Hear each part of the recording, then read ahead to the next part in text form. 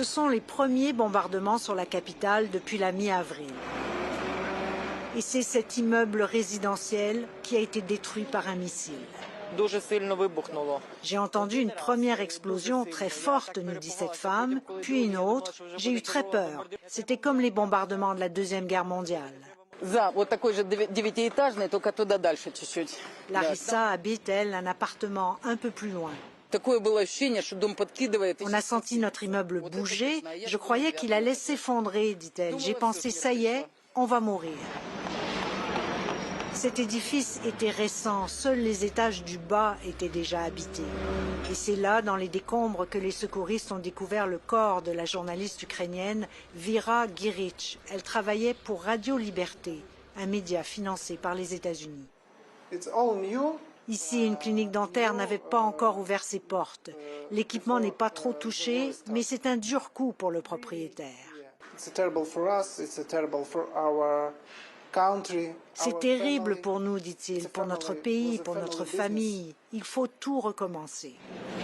Malgré tout, la Russie affirme avoir plutôt touché l'usine d'armement située juste à côté.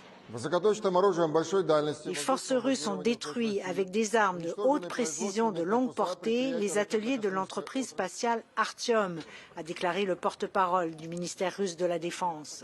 C'est un choc pour beaucoup des résidents des alentours parce qu'ils commencent à peine à revenir dans la ville après le retrait des forces russes du nord du pays.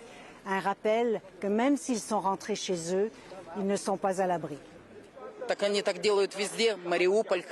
Les Russes font ça partout, nous dit Larissa, à Mariupol, à Kharkiv, à Boutcha. Ils s'en prennent aux civils. Et elle nous montre sur son téléphone la maison d'une de ses amies.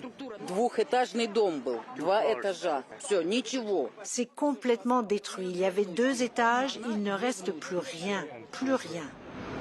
Natalia est venue déposer quelques fleurs, une pensée pour ceux qui ont été touchés. Hatred, anger and despair.